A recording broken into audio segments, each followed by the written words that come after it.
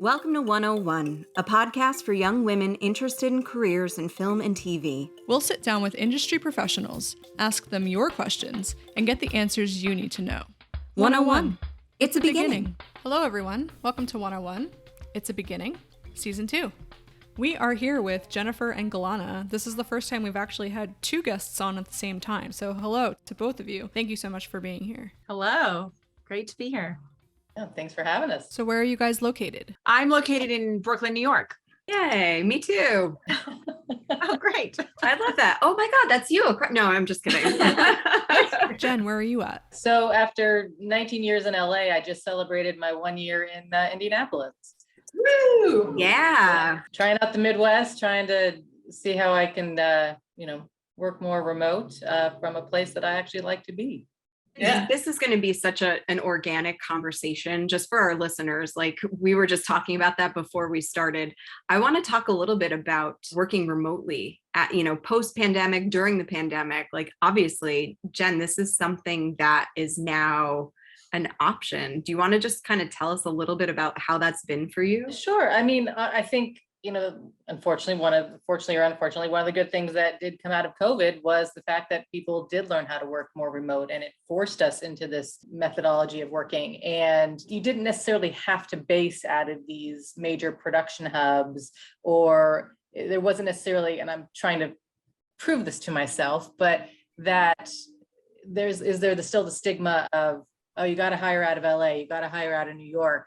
Well, I live there. I've earned my stripes, and do I still have to be there to say that I have the skills that I have? Not necessarily. And I think that people are starting to realize that that's the case. And either you know the job or you don't. It doesn't matter what, if you're flying someone in, you're flying someone in. It doesn't necessarily have to be from Hollywood.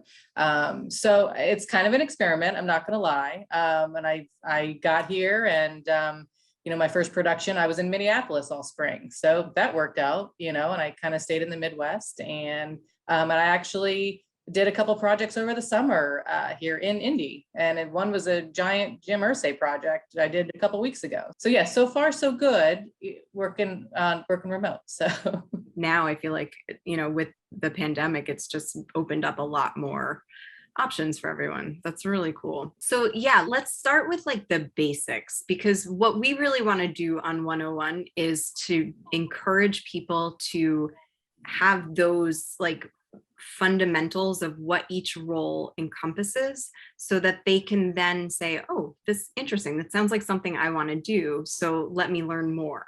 So like bare bones, like what do you do? Honestly, it depends on the day. I know. Probably a little bit of everything on every day is my take on being a production manager. I mean, in general, I think the production manager's role is to essentially be a liaison between the line producer and the creative team and the crew and the production team, to make sure that we can figure out how do we translate the creative with the budget and the schedule and the needs of every department, so that it shows up on the day in front of camera or behind camera, so that we can capture whatever is in front of camera, which means that on any given day, I'm, hiring crew, helping to source the correct equipment that we're going to need, that the director can't live without, or the DP, can't get the shot without. It's managing the budget, it's crew payroll, it's problem solving on the fly in every situation. It's trying to prevent hurricanes and create rainstorms. It's both. I've done both, Jen. I know. And I also want to emphasize that this type of job goes from pre-production all the way to quote unquote what is wrap, which is when you're done filming. So that's a pretty cool part of the role, where you're involved in every aspect of the production. Gilana, correct me if I'm wrong, if you're a line producer, very much the same role, not a union position, but also can potentially deals more with the studio, but also might take it a little bit into post. Would that be a fair assumption? Yes. I mean, generally the line producer would come on before the production manager and would be hiring the production manager if there is a separate line producer. Sometimes those two roles will merge into one, whether they should or not, who am I to say? But the line producer's role starts earlier in that translation of the creative to the budget, and then overseeing how that budget will be spent for the studio or the production company, for the financiers or producers to report to them everything that will be happening and how that's going to be managed. And so they do, like Jen said, start very early on, and often will work into post-production a little more. Sometimes line producers will become a post-producer, but that also varies, I think. Yeah, the role of producer, man, it's very loosey-goosey. Isn't it? But just knowing these little nuances that you're sharing with us is like super helpful. Yeah, I mean, the Producers Guild of America tries to put definitions on every type of producer, literally every 3 years, to make sure that they're current. But it's not enforceable, because there's so many productions, there's so many ways to manage a production that it's just trying to standardize that. I don't think it's ever going to happen, but they're doing their best, and they're at least putting definitions to these roles, both scripted, non-scripted, and all levels of producing. So nice. So how did you get into the industry? Did you have one moment in your lives that you were like, man, this is for me? Jen? Oh, okay. Yeah. I was like, you guys want me to tell my story? Because I didn't really have an aha moment. It was really something that was new and fresh. Nobody was really doing in like the 80s and 90s. And I knew how movies made me feel, and I wanted to bring that to someone. Like, I wanted to be a part of that. And I don't know if this was a triggering point, but I just remember it so vividly. I remember doing a book report in the 6th grade on Steven Spielberg, all his work up until 87 or whatever. And I didn't want to just read a report to my class. So I literally put a table up in front of the classroom, put a sheet over it, pretended I was a radio. And I had recorded my dad being interviewed as Steven Spielberg, presented that to the class. So I could kind of call that my turning point of like, all right, this is what I'm going to do. I think I'm going to do movies. So that's amazing, Jen. I didn't know that story. Yes, my dad was Steven Spielberg for a while. That's you should just casually throw that into conversations, like my dad, Steven Spielberg. I don't know that I had an aha moment either, specifically. I think that I always loved movies as a kid. I went to an art school for middle school and high school, and there was the inkling of like a film program beginning, or really it was video. But it was in 1997, to put a year on it, when the re-release of Star Wars came out. And I went with all my friends to the midnight screening, and the credits rolled, and it was like the greatest thing ever, because I finally got to see Star Wars in the theater, having already been a fan. And it was like, oh, wait, these are jobs and people get paid to do this. And I was like, oh, well, I'm obviously going to be George Lucas. Like, that's happening. And everyone said, there's no way that you're ever going to do that. Which made me try harder. And so here I am. I don't know that I will ever be George Lucas, but that was definitely like the pathway for me to be like, oh, I have to be able to make movies. Like, if that's a job I want, and I can do it. I like that story. That's a good story. Oh, these are jobs. Look, for the longest time, I thought it was just a director. I was like, yeah, I guess that's who makes movies. That's there's hundreds of people on the credits of Star Wars. You're like, whoa, why are like, I think, as a kid, you never watch the credits. But here I was like at the midnight screening at the Senator Theater in Baltimore, Maryland, with hundreds of people dressed up in costume, watching this, being like, and you had to sit through the credits. I mean, like, oh my gosh, there's 15 minutes of credits on this movie, and who are all these people, and what are all these people doing? And this is amazing. Hashtag stay for the credits. Yes. So, I know that we touched on how vast your roles are, and just the responsibilities that, that are involved in what you do. Usually our next question is like, what are your day-to-day responsibilities? But I guess, we can talk about that, but I also wonder if there's like one thing that you guys have had to do on a job that was just unusual. And it doesn't have to be bad. It's just like an unusual thing that you had to do that you're like, I All the things. I never Do thought I'd all be the doing things. this. All the things. I mean, honestly, All the things. the sides of projects I work on, all the things. All things that I never thought I'd have to do. I don't know. I'm really good at dealing with porta potties. I was just gonna say. My mom recites this. I've complained about it so much. I was in East Bend, North Carolina. We were shooting a movie, I don't know, February, March, and it was a really cold winter. And we were not stealing, but we were buying water from the neighbor's house and running a hose to the porta potties. Guess what? Hoses freeze, and then you don't have water in your porta potties. And so I had to learn how to heat up a hose with heat tape. I mean, really random, like what the hell? Because I didn't have a full locations team or a full transportation team. So I'm literally wrapping hot wires around this hose to try to, I'm seeing Gilana's face. It's like, it's so embarrassing. It's like, that's my life. Like, that's there was no one else. Like, I had to solve the problem. Like, that was it. Yeah. No, freezing pipes, I've helped deal with that on a shoot. Not fun. Every day, there's something new and wild that you never thought you would have to face before. And now you have to figure it out. And sometimes it's a small thing like payroll math, right? Sometimes it's a huge thing like, oh my gosh, I have to get a permit to get an elephant into Manhattan, and the permit office has just denied our permit and we need the elephant tomorrow.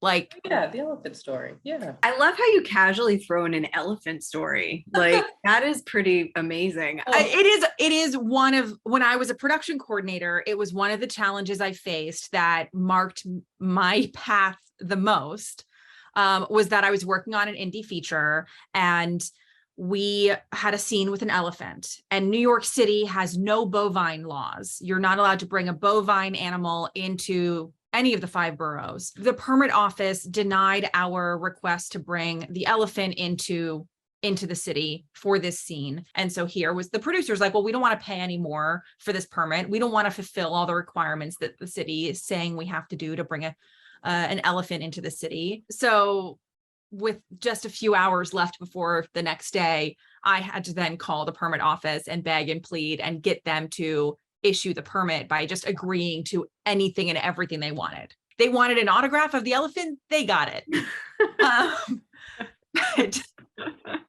I think it was like some photos for their child is what we ended up providing. But yeah, it's like, you have to think on your toes and figure out and problem solve all those different kinds of things on a day-to-day, and you never know what it could be. Yeah. I know you mentioned being a production coordinator. Can we sort of talk about how you get to being a UPM and like what sort of path you can take? I know there's multiple paths that one can take to get to where you guys are. But yeah, just some insight on that, and obviously like any skill sets that go along with those roles. Oh, Jen and I love pathways. The job requires knowing literally enough about every position on the project to be able to manage all those departments. Jen's right, because you have to know what every department needs to an extent, right? Because one person can't know everything, but you have to have a framework for what every department needs, the personnel that are required for them to do their jobs. So you can literally be an art PA and become a production manager, working your way up through the art department office. The more traditional route, or maybe a route, is as a production office assistant, which is how I came up. I was an office PA on a television show, and then I worked my way up for years as a secretary, an assistant coordinator, a production supervisor, and a production manager. That was the path I took. I know camera assistants who have decided to change course and get into production and become production managers. The DGA looks at it as through the AD department, which we may or may not agree with. Yeah. We have strong opinions on that. Yeah, we have some strong opinions as to whether or not an AD is experienced or qualified or skilled enough to become a production manager. But if they have a foundation for the roles and responsibilities needed on a film set, then that is a path to being a UPM. So we have a whole section in our book, and Jen and I spent hours trying to to Come up create with the visual of it, like, right? right, to Yeah. visualize the steps that one could take to become a production manager. Locations department, that's another one. Yeah. Great place, a great path. You can go from being a unit PA to a locations assistant, to a location scout, to a location coordinator, to an ALM, to a location manager, to a UPM. Coming from locations, they have the most applicable skill set to be production manager. That and a production accountant, like accounting, if you go through the accounting office, because there is just so much of that accounting structure. But those guys tend to live sheltered lives, so they don't always have the bigger scope, those poor kids, but they work hard, and that without them, like, we would flounder. So That's really interesting. So yeah, we'd like to share to our listeners that Jen and Gilana have a book called Keys to the Production Office. You can see them both behind their heads. Love it. Love the plug. So yeah, talk to us about how that came about. Would love to hear about that. we should actually go back to even the fact that Gilana and I went to college together. So we went to the University of North Carolina School of the Arts. So that's how we met. That's right. And Gilana was a major rock star in her class. I mean, there's always like the standout kids, and she was 100% the standout kids. I'm a little bit older than her, but 5 seconds. I guess it's irrelevant. But anyway, it's true.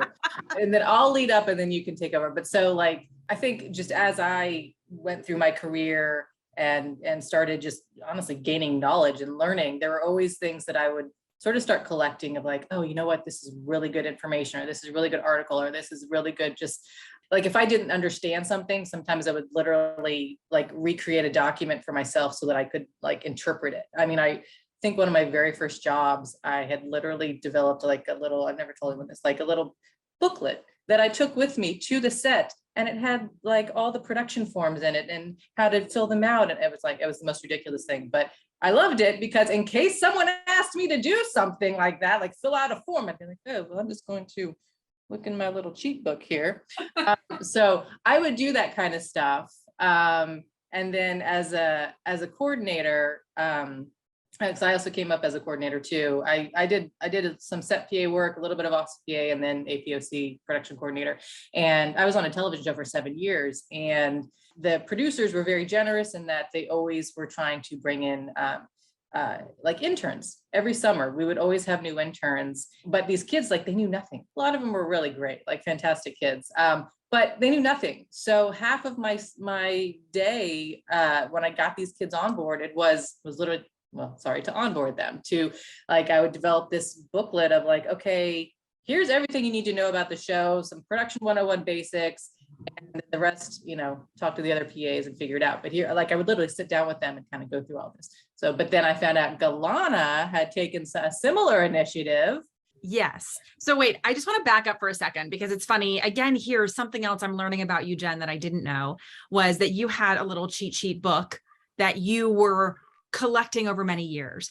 And I did the same thing. Oh my God. I would collect documents from different jobs. I would skim copies. So a producer would hand me something to make a copy of when I was an office PA, and I would make 2 copies. And then I would stick one in my desk drawer, and I would give them their copy back. We're not advocating this. It was just that we did. Sure. We're not advocating it, but look, the truth is you need to learn something. It's on you to learn it, right? So you have to take the initiative to learn whatever it is to advance yourself. Not everyone is going to hand you the keys as we are. That was, That's good. So for years, I was always collecting this information just as Jen was. And then I was working on a movie, and I had an office PA who came to me. She was brand new into the industry. She came out of a training program that we have here in New York called Made in New York. And it is an incredible PA training program. And she was my office PA, and she was so hungry to learn everything. And I just didn't have the time. And she came to me one day and she was like, I want to do this right, and I keep screwing it up. I need you to tell me what I'm doing wrong so I can do it right. She's like, just make me a list. So I went home over the weekend and I wrote her a book of like 50 pages of everything I needed her to do every day. And on Monday morning, I handed her my little like print out in a loose leaf binder and was like, here, here's everything I think you need to know for us to get through this job together. She loved it. And she told everybody else about it. And she was like, you should publish this. And I was like, I don't have time for that. But I made copies.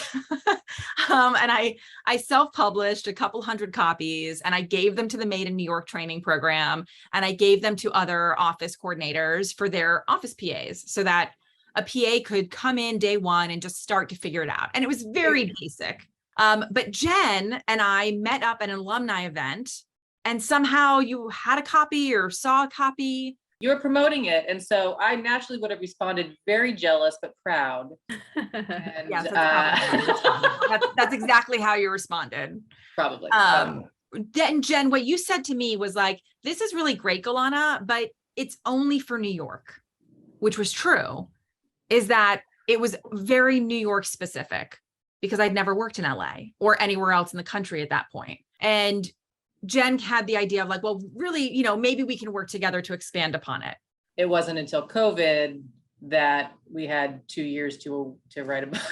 Pretty fast. Right. Yeah. It was almost 2 years to the day. I think I sent Jen an email on April Fool's Day, 2020, and was like, hey, haha, let's write this book right now before we both go back to work. Yeah. And then we started Zooming like every day for hours and hours, trying to figure out how to write the book. Amazing. So where can people get this book? On Routledge.com, which is our publisher, or on Amazon. There is nothing else like our book out there. I'm just going to put it flat out there. There are books with similar types of content, like for set PAs or general production how to, and so there's overlaps, but there is nothing like Keys to the Production Office that is literally, it's written to be a handbook. It's written to be used on the job, literally as a how-to guide. Like, yes, we recommend you read it before you start a job, but take it with you on that job. And if you forget how to do something, guess what? 100% it is in there, step by step. It is that specific. We're extremely proud of that, because nothing like this existed. We thought, well, why not? It should. And so we made this comprehensive guide so that anyone could succeed in the industry just by reading 250 pages. There, done. The other side of this too is that, Jen and I, we did all of our learning on the job as well. Like, there wasn't anybody holding our hand saying, this is how you do this, right? You don't know what you don't know, and you don't know how to do the job until you do the job. And so I think that there's been a lot of people who have tried and failed because they didn't have the support network. They didn't have the mentors to guide them, to point them in the right direction of how to gain this knowledge or experience. And some people can't get in the door at all because they have no experience. And so with this book, at least they have a foundation of all of the tools that they can use to build a career upon. They can walk into a production office on day one, and when the production coordinator says, hey, I need you to PO this thing, that PA can turn to whatever page it is in the book and figure out how to complete a purchase order on their first day of the job. And it makes them invaluable. Mm-hmm. And it allows the production office to better support the production as a whole, because that's the purpose of the office. For me, it was also to create this tool that Jen and I didn't have when we started our careers, that really would have helped, and to make the information accessible. Like, the film business is not a big secret. Tom Hanks just came out just wrote a book. Did you see this? And he's like, nobody knows how hard it is to make a movie. And I was like, yeah, no shit. No, but what's so funny is like, it hasn't really changed that much in decades, yet nobody knows what they're doing.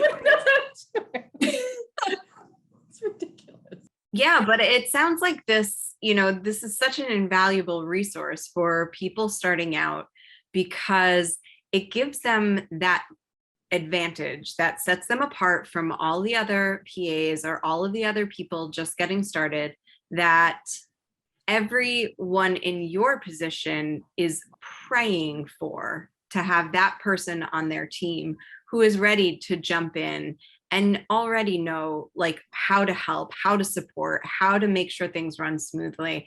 And it sounds like such a wonderful resource for our listeners. I think it also sounds like a wonderful resource for people in the business because they can either give it to people that are, supporting them, or refer to it for their own knowledge. I mean, there's an entire chapter. I mean, it is literally good for anybody in the workforce. We have an entire chapter on just how to be a professional in the workspace. It's really basic stuff, but people have kind of lost sight of it anymore, and it's like how not, how to be appropriate in that space among other people, There's this gray area in the film industry of what is appropriate and what's not appropriate. And I think we all get very, very comfortable, and we're working so quickly that we forget that we're all humans. We're all people.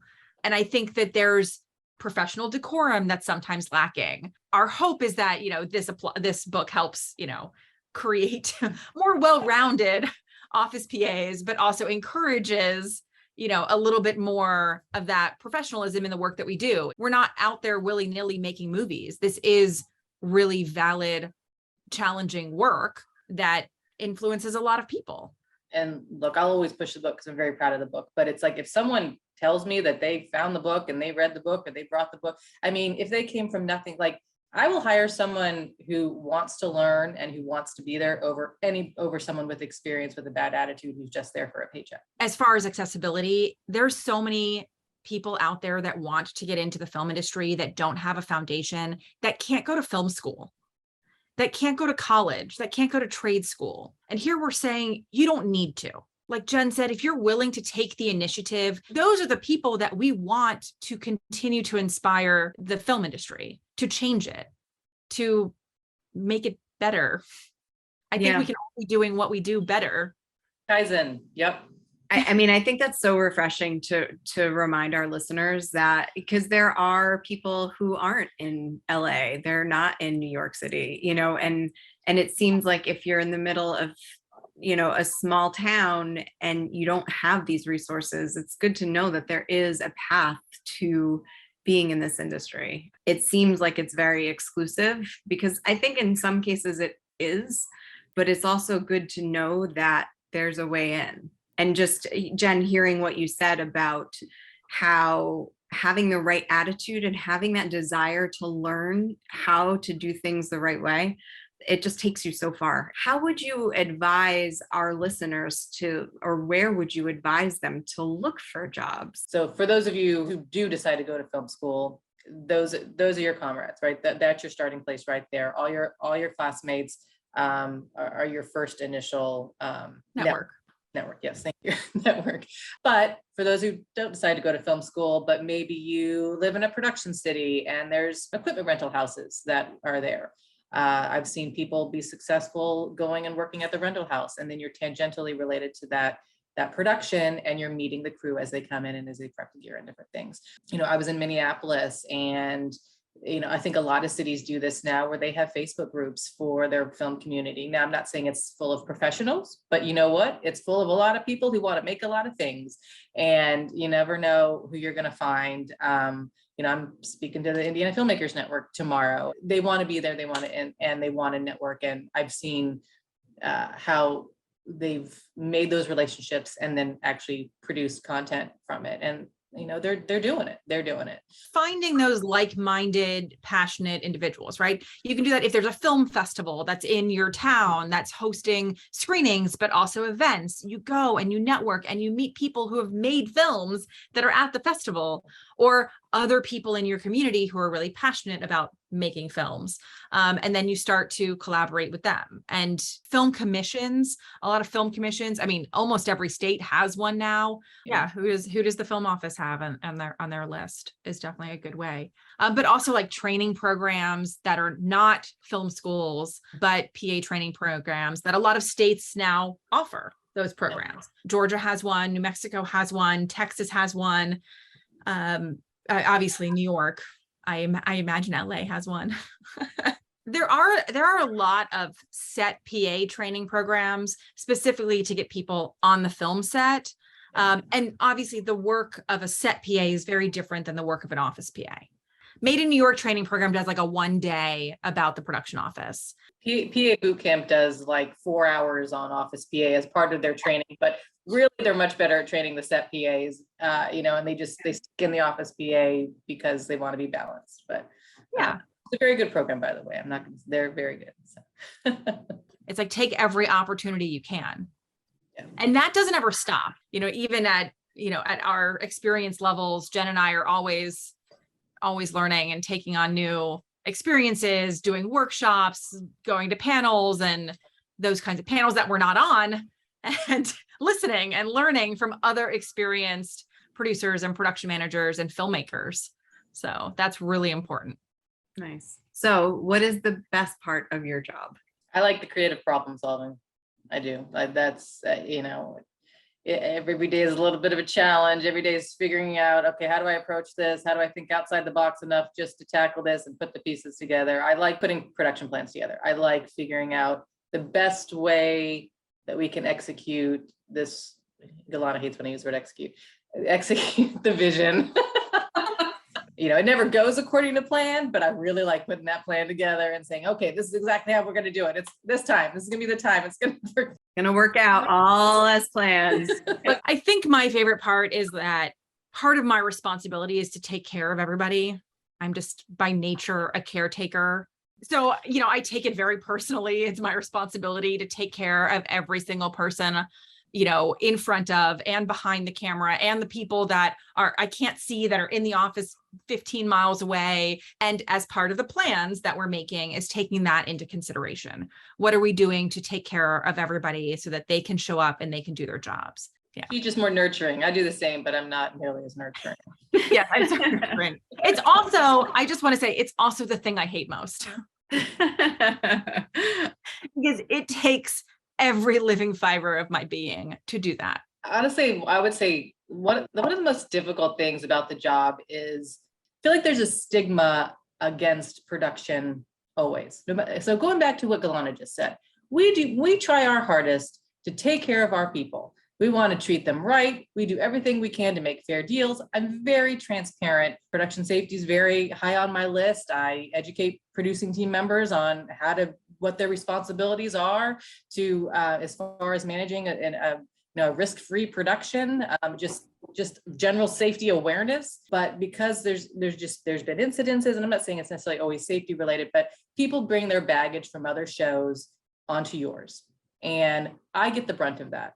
Production isn't always the enemy, and I personally take offense to someone who comes at me like with their I don't know, fists up, for a better way to put it, where it's like they're ready to fight. And I'm like, look, it doesn't have to be a fight. I'm not a bad guy. That stigma is real, and it's very frustrating to fight. I woke up in the middle of the night thinking about this, honestly.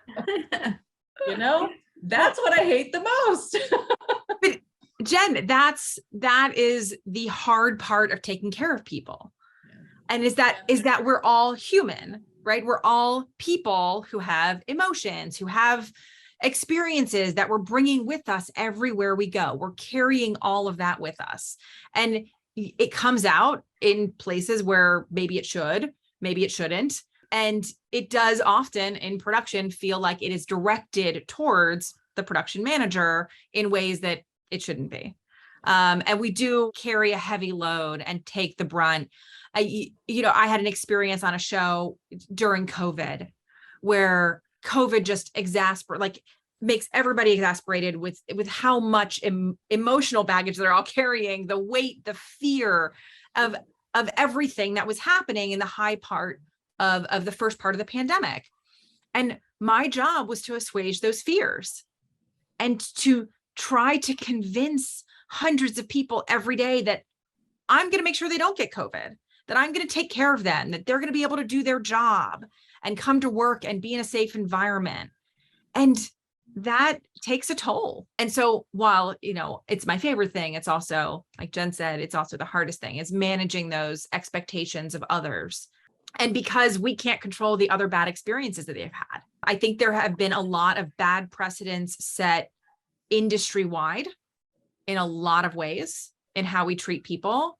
That's really hard to change. I think our hope with this book and with us as production managers is to encourage and inspire and influence that change to sort of trickle down and around us, and to work with people who also see it that way. But yeah, I don't think single-handedly we could change it. Man, if a book could change the world. That positive experience maybe lessens the burden of that negative experience that they had and reminds people that there are good people in this industry. So, collectively, yes, I think it does take a village, so to speak, but it seems like you guys are doing a pretty good job with it. So. In this industry, we're all self-employed, really. And so you go from one gig to the next. You go from one family to the next. And that's a reminder to create a blank slate, tabula rasa, if you will, for each production that you walk into. The big question, we feel it's really important to be transparent as to what somebody can expect to be paid for this type of role. Either starting out as a PA and then moving your way up, what to expect. I will say I've done PA work for minimum wage. I've done production manager work for minimum wage.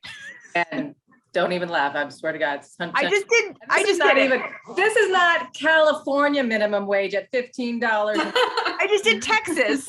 This is $7.25 an hour in little South Carolina. I don't know how many years ago. But I enjoy what I do. So as long as I can pay my rent and live, and I don't live lavishly, I don't necessarily work to make oodles of money. That doesn't mean I won't take the oodles of money, but I don't necessarily take a job just because of what it is or is not paying. And then on the high end, if it's a DGA show, I mean, they have rate scales so that you can go up, depending on where you're working, and you can always negotiate higher. In New York right now, there's a big push, a movement to start paying above minimum wage in New York. And New York already has one of the highest minimum wages in the country. Once you're starting to do more work, I think it's fair to start asking for higher wages, and also to make sure that you're making as much as your peers who are doing the same work. I'm glad you brought that up, because I think that's one thing one of our other guests touched on, that she would speak with her colleagues. And, we really want to encourage our listeners to talk about money, talk about your rates, so that what other people are making, so you can make informed decisions when you get opportunities. You can say yes, you can say no, you can ask for more money. The experience that this guest shared was eye-opening for us. Meredith and I were like, really? So it's important to know your value in the framework of the work that you're doing. And again, what your peers are making for that same work. I'm starting to produce now, and trying to navigate negotiating for myself is really hard. I also, like Jen, I want to do a job because I like it. And that will influence how I negotiate, what the value is to me beyond the financial benefit, weighing the value there of those different things. But yes, the DGA has their rate cards public. And so even if you're working something non-union, or you're not DGA and you're working as a production manager, I think that is always a really good guide for how to negotiate your rate on corresponding budget levels. We do have those rate cards on our website at 101podcast.com, in addition to their book. So, are there any directors or films that have inspired you or influenced your work, and what you love to work on? My favorite film is Labyrinth, and I quote it all the time. So, there's. I love that movie too. It's the most brilliant movie, and if they try to remake it, I have no words. Don't say that. They're remaking. Never-ending story, guys. I know. There's no original content out there, apparently. We've told all the stories. No more stories. Told them all. There's all this. End of discussion. Well, I think back in the beginning of this, I said that I wanted to be George Lucas. And growing up, I would say he was one of the most influential people in my film life.